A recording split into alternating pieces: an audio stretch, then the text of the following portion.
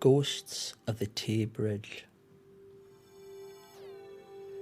The first railway bridge over the River Tay in Dundee was opened on September 26, 1877. It was a grand affair carried out with all the pomp and ceremony that the city could afford. Bands played, banners waved, politicians gave speeches, and the locals turned out in their thousands to cheer. And why shouldn't they? The bridge, designed by Thomas Bouch, had taken 500 men and 6 years to build. It was the pride and joy of the city and the envy of the nation. For 27 months, it carried passengers safely to their destinations. Queen Victoria crossed it in the summer of 1879 and knighted Bouch soon afterward. How could anyone possibly have known then what terrible event was to come? The night of December 28, 1879 was a stormy one. The freezing cold rain fell like a guillotine, and the gale-force winds howled like banshees. Buildings all over the city of Dundee were shaken to their very foundations, and the inhabitants stayed indoors and closed the shutters on their windows. At 7:12 p.m. on that night, the British Railways northbound train from Edinburgh, carrying over 70 passengers and staff, had just reached Wormit Bay Station. Across the River Tay lay the train's final destination, Dundee. By this time the storm was so fierce that engineers who had worked on the Tay Bridge were worried that the structure may have sustained some damage. They tried to alert the railway authorities to the danger, but word came just too late. At 7:14 p.m, the train to Dundee started pulling out of Wormit Bay. Jimmy Mawson, a guard at the station, bravely ran along the track waving a red flag, trying desperately to catch the driver's attention. But the rain was so heavy that driver Archie Brown needed all his concentration just to keep the train on the track. He wasn't concerned with looking behind him. Moments later, the train reached the Tay Bridge. At first, everything was fine. The bridge seemed to be standing up well. But then, as the train was almost halfway across, the steel girders beneath it, severely weakened by the storm, started to bend. As the train reached the midway point, the girders collapsed.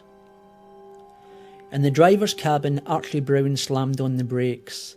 The train started to lose speed, but it was too late. Seconds later, the screeching of the brakes was replaced by the screaming of the passengers as the engine and 6 carriages plunged into the icy waters of the Tay. 79 people lost their lives. There were no survivors. The Tay Bridge disaster was still fresh in the minds of the locals when, on the 5th anniversary, December 28, 1884, Moira Knox, a cleaner at Wormit Bay train station, was getting ready to finish her shift. There had been a ceremony earlier that day to remember the people who died in the disaster, and Moira was neatly arranging the flowers that had been left there before she headed home. It was 7:12 p.m. Moira later told the local newspaper what happened next. As I finished arranging the flowers, I thought I heard a train's whistle, but there was none due. Seconds later, a locomotive came thundering through the station. Although it was travelling at speed, I had a good view of the driver's cabin. It was empty. I couldn't see any passengers on board either, but seconds later I heard terrifying screams. I can still hear them. I'll never forget them. Moira told the journalist that after the ghostly train left the station, the screams continued. Then, at 7:14, the exact time of the disaster, the screaming stopped. Less than a year after Moira's experience in 1885, a new modified Tay Bridge was built, running parallel to where the original had stood.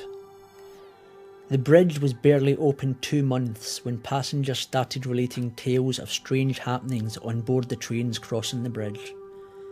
Freezing cold winds blowing through the carriages, carpets and seats soaked through for no reason, the sounds of screeching brakes, and a phantom ticket inspector who would walk through one side of the train carriage, across the aisle and disappear out the other side, were all reported by terrified train commuters. These stories continued right into the 20th century, but the worst was saved for December 28, 1929, the 50th anniversary of the disaster.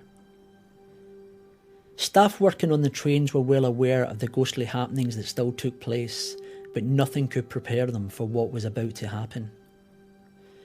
The night was cold but dry when the 6:30 p.m. Edinburgh to Dundee train pulled into Wormit Bay Station. As it tried to leave, the brakes jammed tight and the train refused to move. The maintenance workers could find nothing wrong and were stumped as to the cause of the problem. Inexplicably, 30 minutes later, the brakes freed themselves. After giving it a thorough check over, the mechanics declared the train safe and it pulled out of Wormit Bay Station. By now, it was running 44 minutes late. The time was 7:14 p.m. As the train reached the new Tay Bridge, a storm appeared out of nowhere.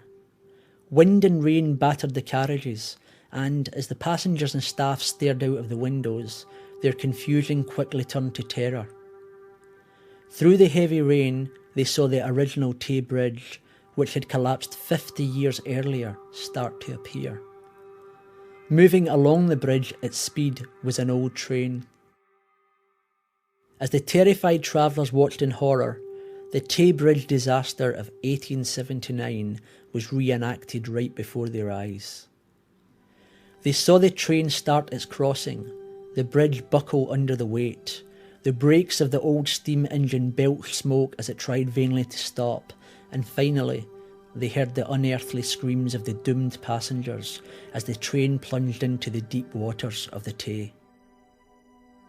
Minutes later, when the shaken passengers arrived in Dundee, they were amazed to find that locals on the riverbank had seen or heard nothing unusual.